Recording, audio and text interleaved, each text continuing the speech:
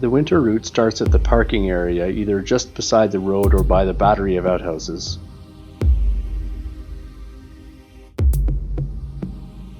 Follow the trail down to the lake. You'll often find many skin tracks that lead across the lake to the delta on the west side. The first time I went to Bow-Yoho, I was 12. It seemed like such a monumental hike at the time. While not a technically difficult route, it definitely presents some challenges. If you are uncomfortable with your own experience, then a guide is the easiest and safest way to experience what Bow-Yoho has to offer. The first section of the route to Bow-Yoho is pretty straightforward.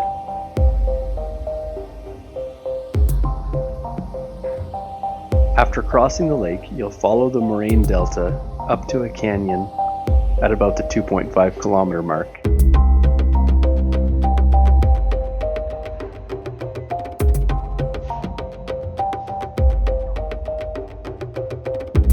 The winter approach will take you up and to the left into that little white clearing where the tree line dips down.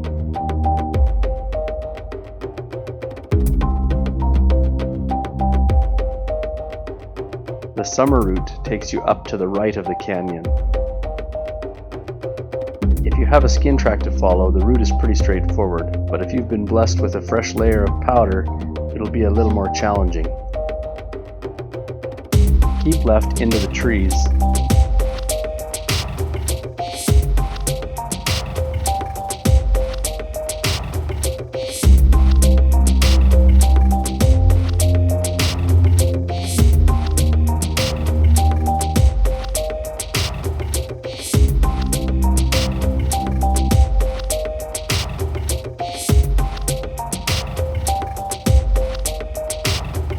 The trail follows a natural drainage that leads up to the bottom of a small talus field.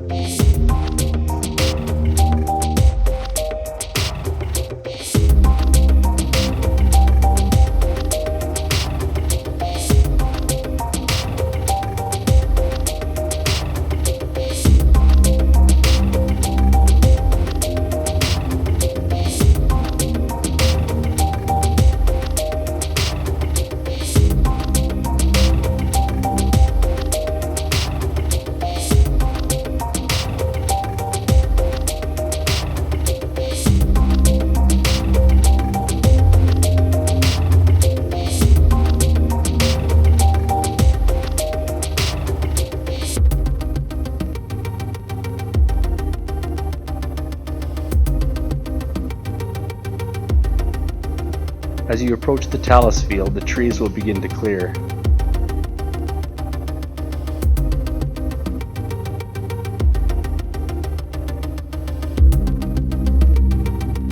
You'll cross the drainage once more and then follow along the top of the tree line.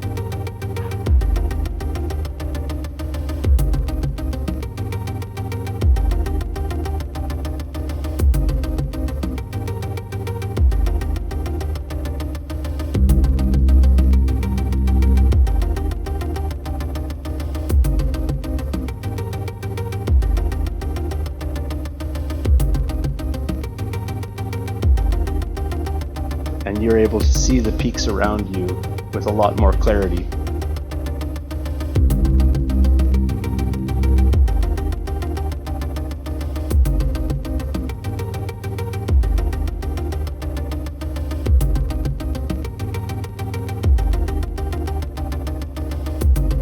As you approach Bow Falls, the basin will open up in front of you.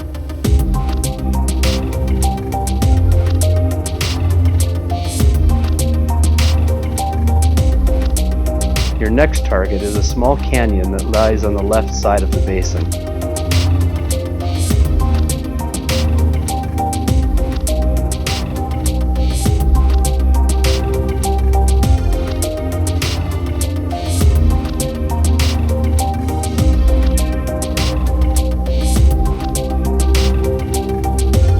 Coming down from the hut, this is an important landmark to remember. Hopping up over the shoulder just above tree line is key to a comfortable exit. Heading towards Vulture Peak, the canyon is hard to miss. It's important to keep in mind that this canyon is a significant terrain trap. If a slide was to happen anywhere in the area, this is where it would end. Because of that danger, I save all my bathroom and lunch breaks until we're out of the canyon.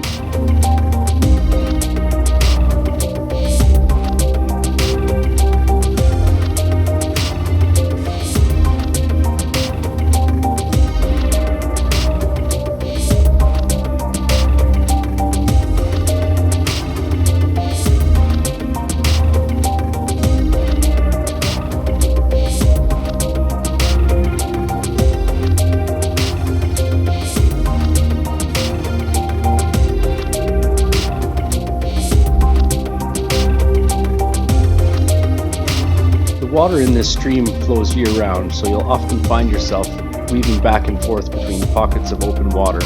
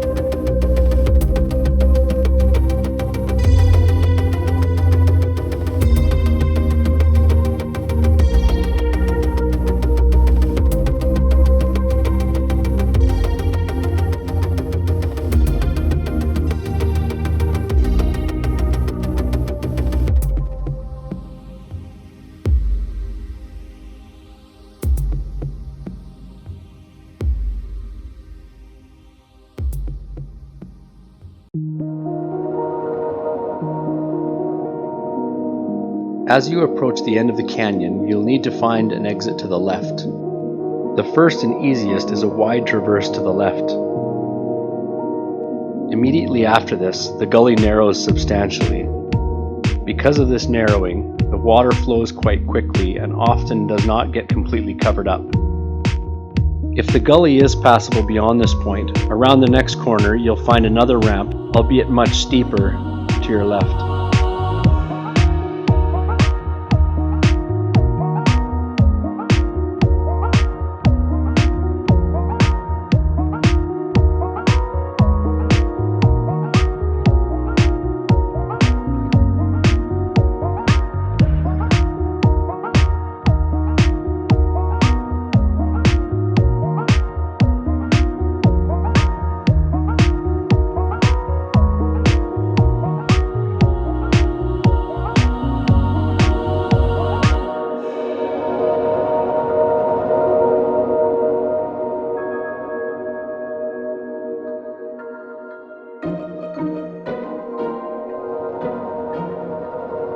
Here you'll cross a large talus field above the creek. Once on the other side, you'll see an obvious drainage leading up into the trees. Finding a skin track in this area can be difficult, but if you keep yourself equally above the gully and below the tree line, you should be able to find a pretty obvious route through the trees.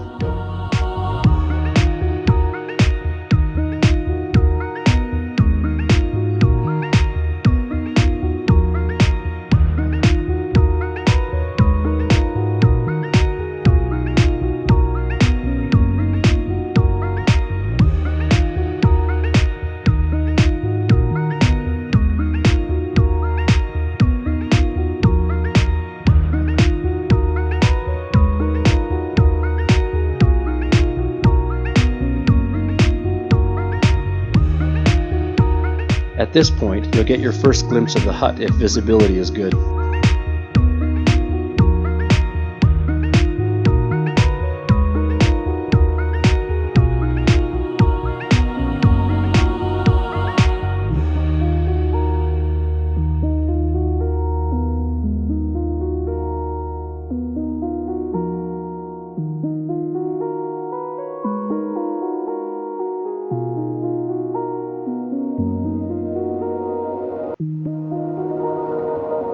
At approximately 5.5 kilometers, you'll exit into a large rocky basin. Following the tree line up the hill, the rest of the route will open up to you as you enter the glacial basin under Bow Hut.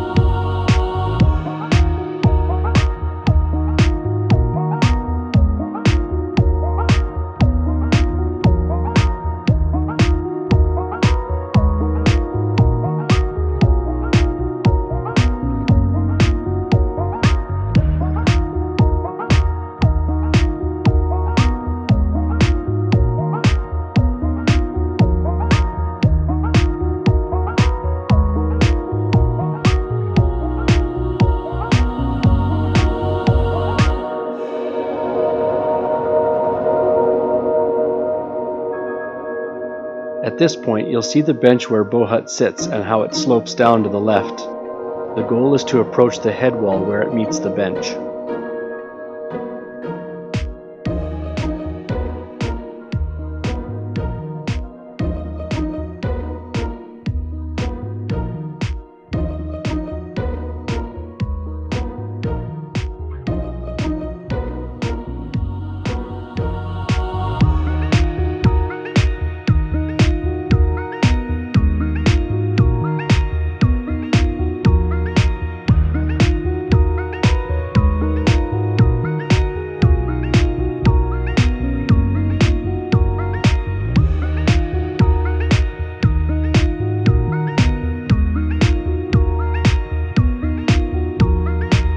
The first ramp might look appealing.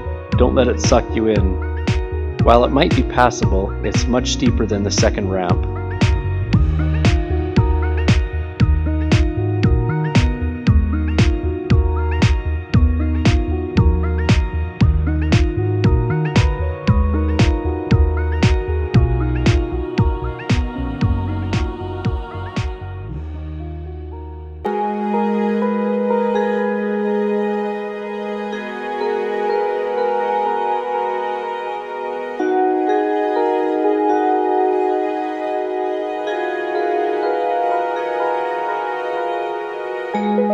The third ramp, closest to the head wall, is often prone to avalanche, so I generally try to avoid it.